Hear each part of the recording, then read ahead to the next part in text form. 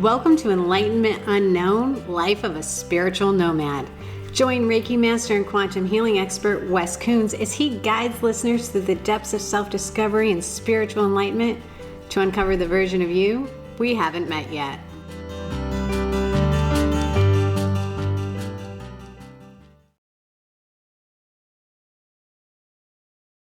Hello and welcome back to Enlightenment Unknown Life of a Spiritual Nomad. Wes, we are about to embark on episode 3. I feel like so much has happened, but yeah, it's just the beginning of the story. That's what's so funny about it. We've had such great feedback. So many people have reached out to you personally to talk about the show already. Can you just give us a little bit of an insight as to what the feedback's been and what it's been like for you personally to relive this? Thanks, Andrea. Thanks for being here. Thanks for helping me put this together. You know, you've asked me for a while to do this podcast, and I had in my mind if I was going to do it, I was going to be 100% open, and that was going to be hard to go through things. And the honest answer is, this morning I was on my hands and knees in the shower, freaking crying and just asking for this pain to go away because I forgot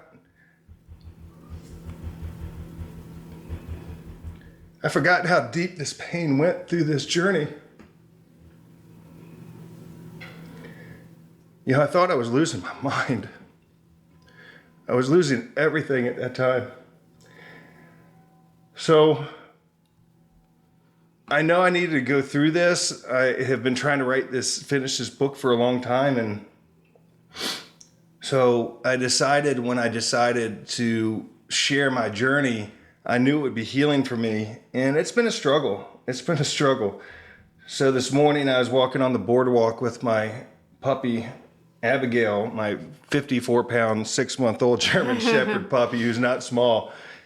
And I'm doing my affirmations. I'm walking down the boardwalk, and everybody would hear me. I am loved. I am gifted. I am beautiful. I am loved. I am gifted. I am beautiful. So that's kind of where I'm at today. Yeah.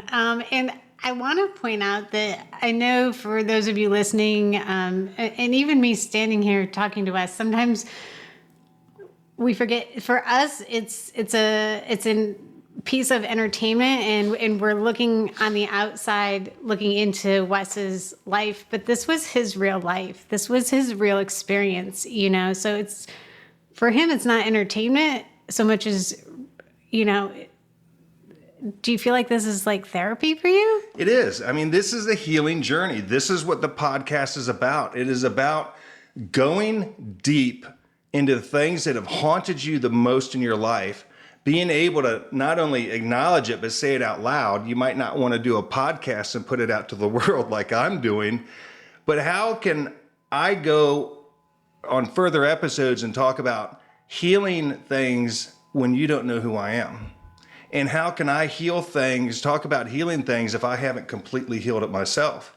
This journey, this spiritual journey is not over. If you go back to the last episode, starting about the 19-minute mark, go start listening and hear the breeze going past the microphone when we start talking about my mom. I can promise you there's not a breeze in this room. It's not my breath on the microphone. It is, I believe, my mom's spirit coming through, because it started to come in right when we started talking about her. And some of the points where I was struggling the most, the breeze was significant across the microphone. Yeah, it was. I can attest to the fact that we were in Wes's kitchen. No windows are open. There's no breeze, no one coming in and out. That is not a breeze. And yeah, you're right, Wes. Like, if you pay attention to when you hear those, it's like a swoosh. I don't know what it sounds like. It could be a breeze. It's not. But yeah, it does sound like your mom was kind of just coming in to reassure you during those tough moments. Yeah. So if anybody out there has the technology to kind of break that apart and listen to it at a higher level and let me know, you can go find us on, because my brain's not working right now. What's my Instagram page? Your Instagram page is VB Healer. You can also go to vbhealer.com. That's VB as in Virginia Beach. Yeah. If you have the technology to do that, I would be interested to hear about it. You can reach out to us there. We've also got people starting to reach out and asking questions. Mark wanted to know, what did you do with the house at the end? Did you destroy it? Did you burn it down? At the end of the story, we actually fixed the house. And when when I was comfortable, it was fixed. I sold it. And I'm friends with the guy that lives there now. And whenever I see him, I'm like, hey, brother, how you sleeping in the house? You know, he loves it. He's like, man, this is the best house I've ever had. Ooh, do you think he would let us do like a walkthrough? I don't know if you would want to do that, but. Yeah, I'm not doing that. We're not going back to that house. We're not opening that can of worms. But yeah, no, we're not doing that. So that question has been answered. No. Yes, that's definitive. That is a definite no. So, you know, we've been going back and forth on what this episode is going to look like. And, you know, when we finished the last episode, we're introducing Linda and Kathleen. And, you know, they came in to my house. You know, they're just really, really good people. And they showed up for me at such a high level.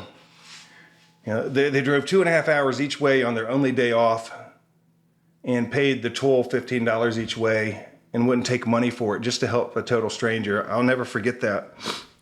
But I remember, you know, we did a lot of things together. But one of the first things I seen that really shocked me is when we were going through the house, we've been saging the house. You got to remember, this is a big home. It was 4,500 square feet. The master bedroom was like 25 by 30, I think. And so we had been there for a few hours, going from room to room, letting them do stuff. And we're in the attic, and there's this one section of the attic that was pitch black. So, you know, when you go in your attic, you see the rafters, you see the studs, you see the insulation. Even in the darkest corners, you typically can see that stuff. But in this corner, you could not.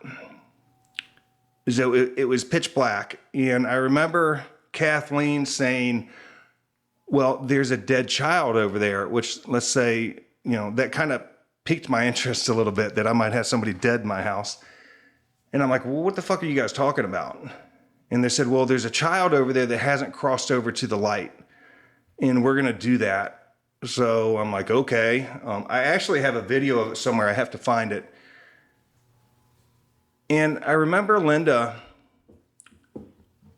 calling out to Archangel Michael and asking him to bring in a column of white light. Now, I didn't see that white light. I didn't see this child, but I did see that area of the attic was so black you couldn't see anything. And the reason it was black is, even though this child wasn't trying to take, it shouldn't be here, what was happening is the energy of it was absorbing the light, if that makes sense. So she's talking to this child, and she tells the baby, it's okay, honey. It's going to be fine. It's going to be safe. And after about 20 or 30 seconds of her coaxing the child as we're sitting in a 125-degree attic, sweating to death, right before she said that he had crossed over, I felt this energy shift in the room that I'd never experienced before. And all of a sudden, that corner, I could see the rafters, I could see the insulation, you know, I could see the things that were there. And she goes, he crossed over.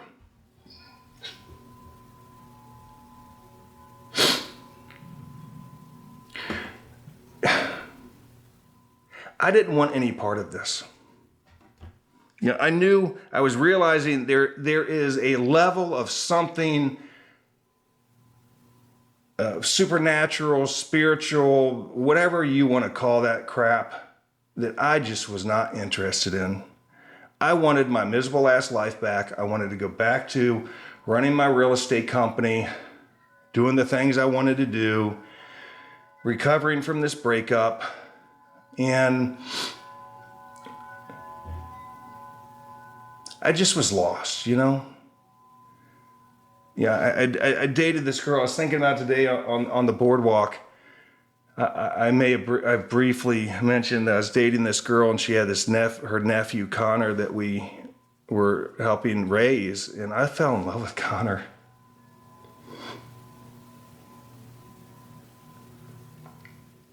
Me and him were buddies. I bought him this little tool belt from Home Depot, and he had this little 5-inch hammer. And so he would come over and he'd call me Wawa. And he'd be, Wawa, what were we gonna do? Wawa. So we'd go out and I'd put his little tool belt on, and he had his hammer, and he'd sit on my lap while I cut the grass. And, it was hard when the relationship was over because, I didn't have him in my life anymore. And seeing where he's at now, I don't get to interact with that. I was only allowed to be there for a season, but I'm grateful for that. And so as we're going through this journey, there's so many pieces that I'm not going to be able to talk about, hundreds of pieces, just because we would be here forever. My friend Cosette was asking me yesterday, she said, I know there's pieces that's not being disclosed. I know you. I've known you for a while. And I'm like, yeah, there's lots of it. And, the magnitude of isolation that I felt by this point, and this was only maybe 6 or 7 weeks into it, was astronomical. My daughter is worried that I'm losing my mind. My sisters want me to be institutionalized. And, I considered it, except for the fact I had pictures on my phone. The pictures don't lie. So one of the things I remember, this is fast forwarding a little bit. I think it was Linda I had asked. I said, so let me get this straight. So for some reason, we got all these demons and darkness and stuff that obviously is real. So can I ask other dead things to come in and fight for me? And she said, of course. So I was at the office when she said that, and I remember it was like 10 o'clock in the morning. I drove home back to the house, and I at this point didn't go in the house very often, and typically would not go in the house after probably lunchtime. The later it got, the worse the house got. So typically early in the morning it was relatively quiet. And I remember walking in the house, and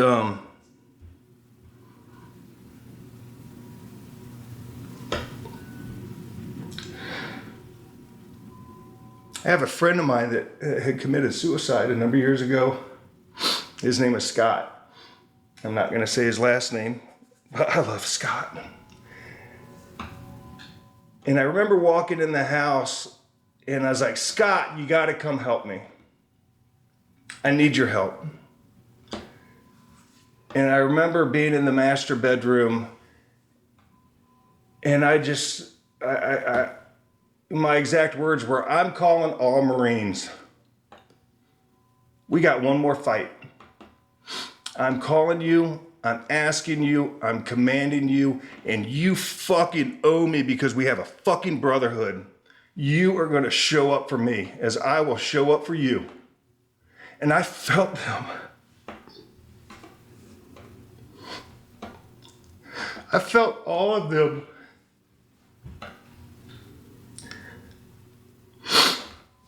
I mean, the energy, the esprit de corps that we're fucking coming. And it was extraordinary. I just knew it. I could feel it. I could see it in my mind. And of course, me being a Marine, I'm telling the ghost, I'm like, fuck you motherfuckers. We're going to get your ass. We're going to get your ass. I might have been scared, but I wasn't freaking weak. And I remember the strangest thing came out of my mouth. I said, if I've got to put up with you you motherfuckers are going to have to listen to gospel music. And that's not my words. That is Scott. That is Scott came to me. I didn't realize at the time, but I realized later it was Scott. And that's something he would do. You know, Scott was about 6 foot tall, had this smile that just opened doors with his black curly hair. And he would tell you how intelligent he is. I mean, you knew he was borderline genius because he would tell you, I'm borderline genius. And he was brilliant. And we became friends. We knew each other in boot camp, but we hooked up when we went to infantry school together. You know, studying and academics was not my cup of tea. At that age, it was fist fighting and chasing girls and drinking. And I was good at that.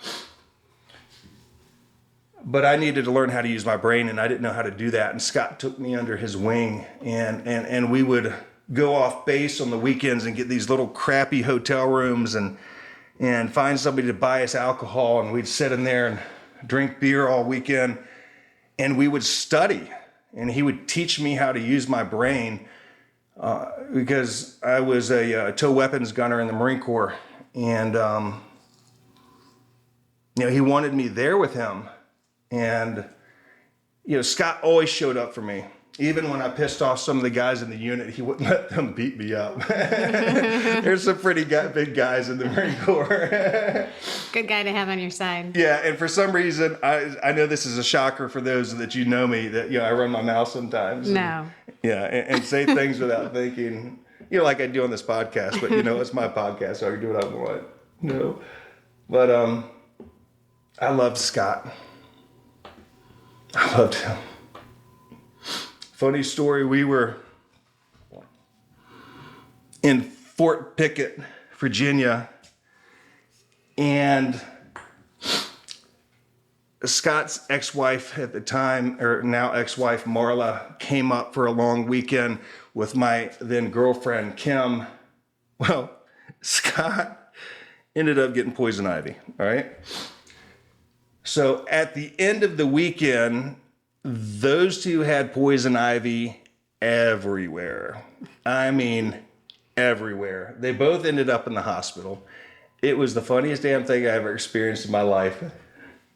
But that was Scott. And one of the things he used to do when I would go to his house, he would always have this rag next to his bed. And he would throw this rag and hit me in the face, and always thought it was really funny.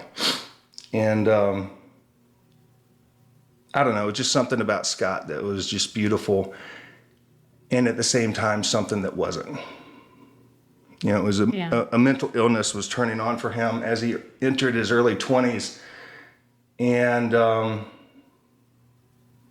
like many veterans, you know, he did not survive this world. So one of the things I've done in this life is Scott couldn't finish his tour on this planet, so I told him I would pick up that journey and end it for both of us. That I would stay here, and I would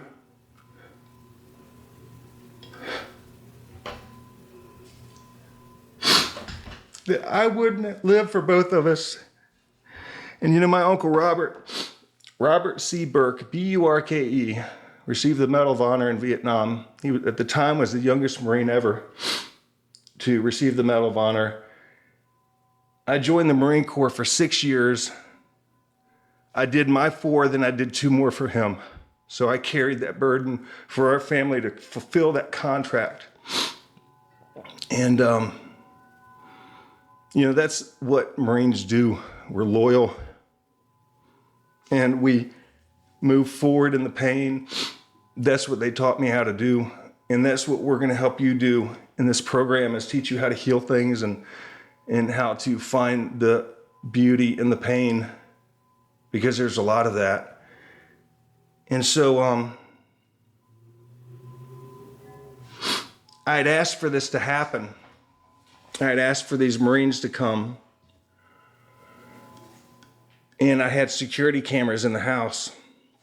So when you come in the front door of the house, there's these double doors, and to the left's this open area billiard room. And if you look up, there's this big wall there. above the at the second floor, and the security camera sees all of that. So that night I was in my camper, couldn't sleep, and I felt the Marines come. I felt them in the house. And it was like watching Star Wars. You were seeing these bursts of lights on the wall and just these energy fields moving. And man, it was World War III in that house all night long. My brothers and my sisters, they all came.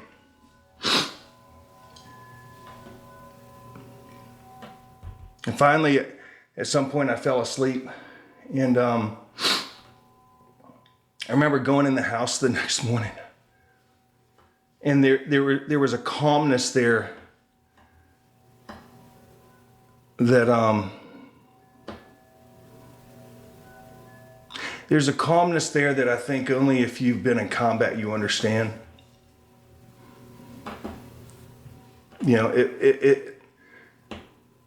It just seeps into you. It's familiar. You could feel the death. You could feel the energy of all of it. And I was walking upstairs to my bedroom, and I got halfway up the stairs, and this is the first time I've ever channeled anything. And I channeled Scott. I instantly started laughing. I mean, hysterically laughing, because Scott could make you laugh. And he always called you a shitbird. That was his favorite word. And in the Marine Corps, you didn't want to be called a shitbird. But that was his favorite word. He's like, "What are you doing, you fucking shitbird?" And I always knew who that was when I would hear that. And I just started laughing, and I could feel him, I could see him, and it was beautiful and it was wonderful. And my friend was there, and that lasted about 20 or 30 seconds. And then all of a sudden I channeled somebody else, and I don't know who this person was. But this person,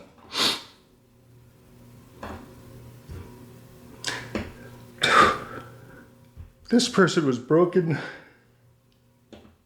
And I just instantly just fell to my hands and knees, and I was just screaming in pain and crying hysterically. It was so bizarre to go from one to the other. And that person saying, "I'm sorry, I'm sorry, I'm sorry." And I don't know what this person was sorry for, what their pain was, but God, I felt it at such a level. And that lasted about 15 to 20 seconds. Then all of a sudden I stood up, because the third person I channeled was my Uncle Robert. He died 18 months to the minute that I was born. I know it. I know it. I know that's what happened. I know it was to the minute. Robert was, like myself, we joined the Marine Corps because the judge thought that that would be a good opportunity for us to get the hell out of the area and not go to jail for being stupid as young kids. But Robert joined the Marine Corps, and he was a truck driver, but in the United States Marine Corps, everybody's an infantryman first, and he went to Vietnam. And they put him in an infantry unit, and it was during Operation Allenbrook during Tet Offense of 1968.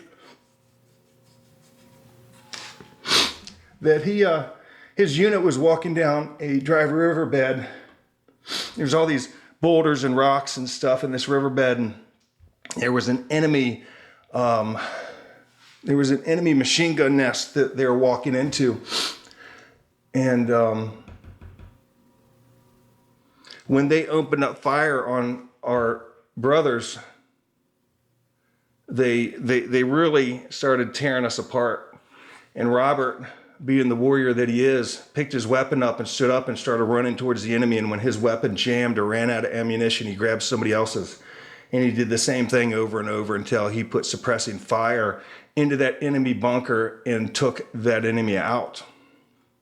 And as he was doing that, it allowed the other Marines to grab our dead and wounded and pull back to safety before an RPG killed my Uncle Robert.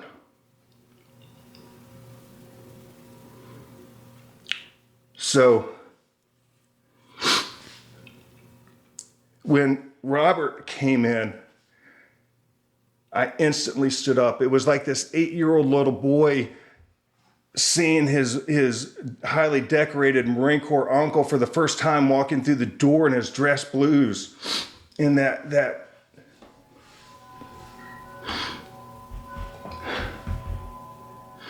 respect that you give that person for what they've done was just in the air. It was thick. It was beautiful. It was this love that I've never experienced before.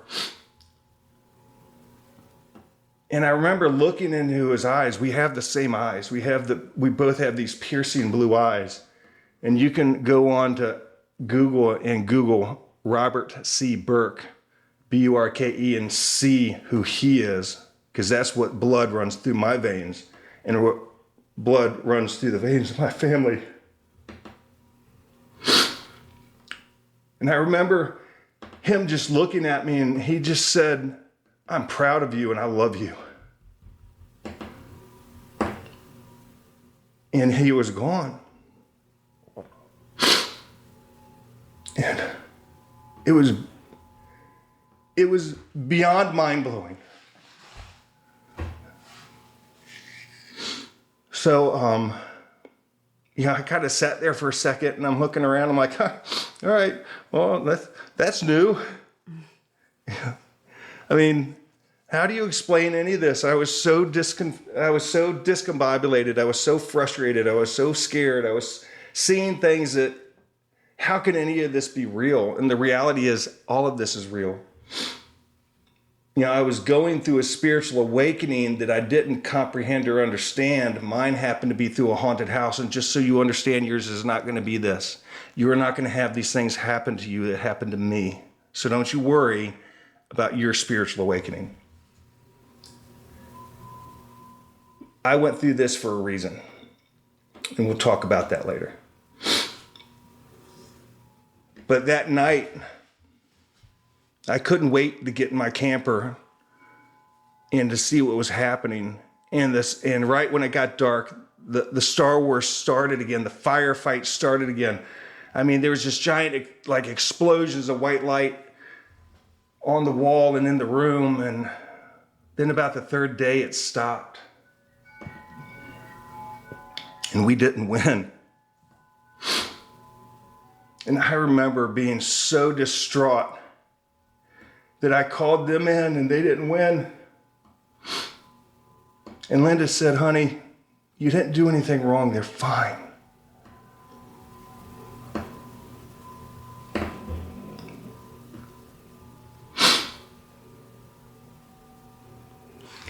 Can I just interject real quick here, Wes? The whole time you're talking, I'm just moved. I mean, it's so powerful and moving, but you said from day one, that you wanted to give people hope. Mm-hmm. And I feel like if anything gives someone hope, it's like that story, that brotherhood of the Marines that you have, Yeah. Well, not everybody's a Marine, but everybody has God. Mm-hmm. And we're going to be talking here soon on how this local priest helped me heal my trauma and my anger towards Jesus, and helped me go down another road.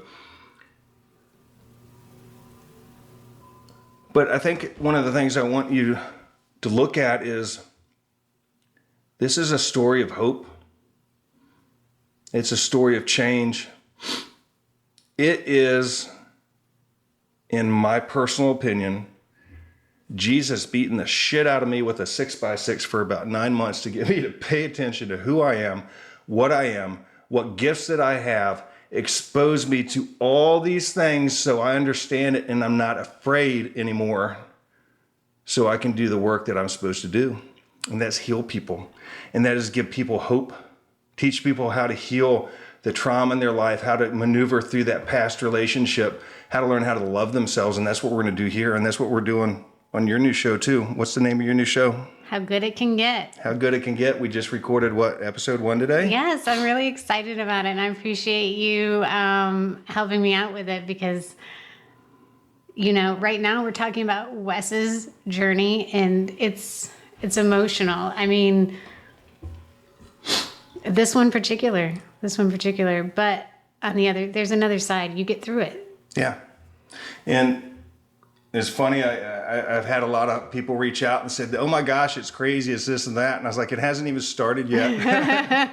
Just wait. Yeah. And every time I think, okay, here we go. And a day later or a week later, it's like, holy crap, what just happened? So,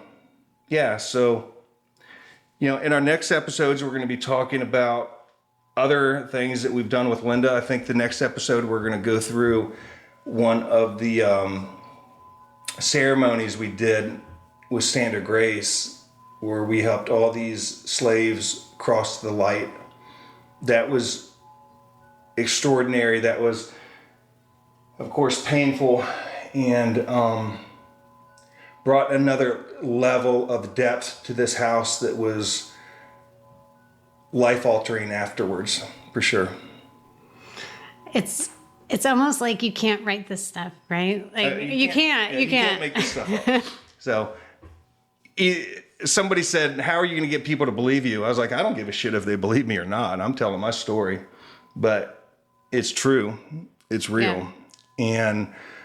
And as horrible as it was, I would do it all over again to get to where I am today. I mean, it made you who you are today. Yeah, it did. And,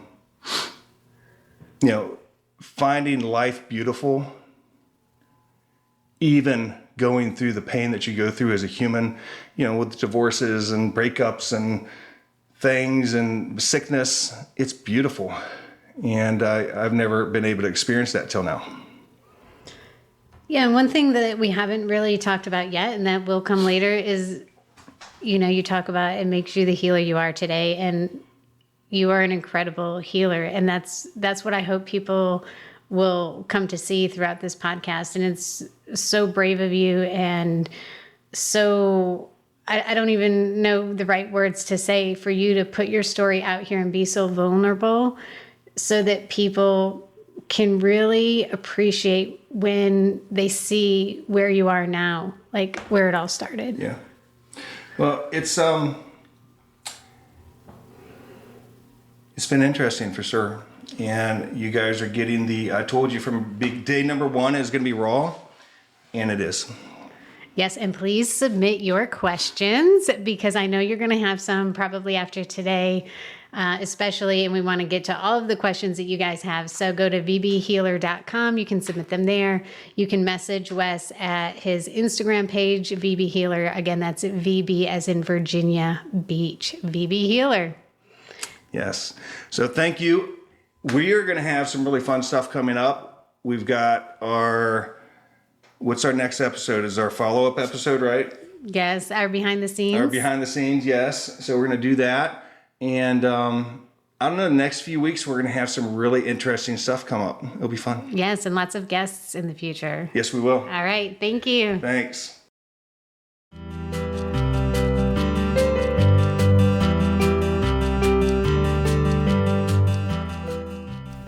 You've been listening to Enlightenment Unknown with Wes Coons, your guide on the quest for self-discovery and the version of you we haven't met yet.